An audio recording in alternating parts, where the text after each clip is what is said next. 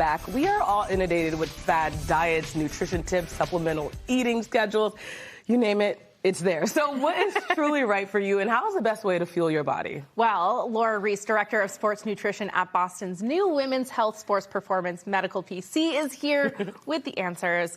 Laura, we see this everywhere. Seriously. We see tips everywhere, but you're the one that we should be listening to. Accurate. Thank you for saying that, and correct. That's all I have to say. Right. That's all you have to say. Well, okay, so when you hear healthy eating, what does it actually mean? Yeah. I love that that's the first question, because it's actually a question that I do ask my clients in session, because people don't know anymore, right? What is healthy? They see things in, social media and all over the place, but what is accurate? Yeah. So I think, yes, it is getting a balance of nutrients that your body needs.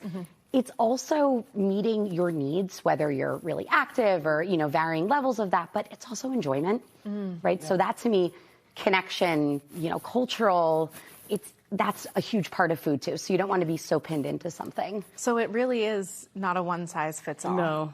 Bingo. So that being said, how would you say women and our nutritional needs vary over time? Sure, absolutely. So throughout the life cycle, absolutely, women's needs can change. And you think about adolescence, you think about pregnancy, and then menopause, really hot topic now.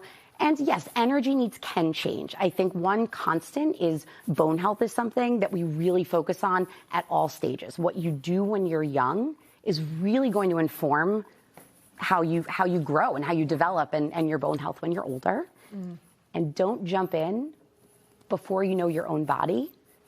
Because again, there's things on social media. Yeah. Like, you should be taking this just because you haven't actually analyzed. You're this old, have this. Right, yeah. Okay, that's good to know. One thing that I see you talk about a lot is your food first mentality.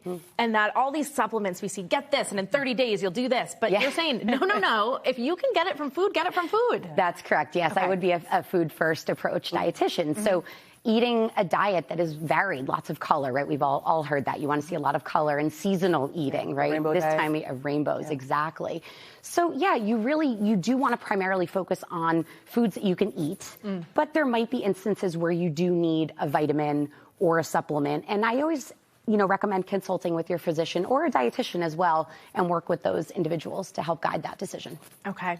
And so these are the three of the vitamins that we could look at: the calcium, vitamin D, and the iron. Basics. We also want to talk about, we teased this, the infamous 3 p.m. slump. We all feel it, right? When it hits you and you're like, I just cannot do one more thing. And this is common for women because of our energy. What do we do? Yes, busy working mom of 2 small children. So completely agree. So enough. Let's start with that word, right? Yeah. Enough sleep. I'm not a sleep doctor, but sleep is really important whenever we can get it. Hydration also keys into your energy levels and your focus, so that's also really important.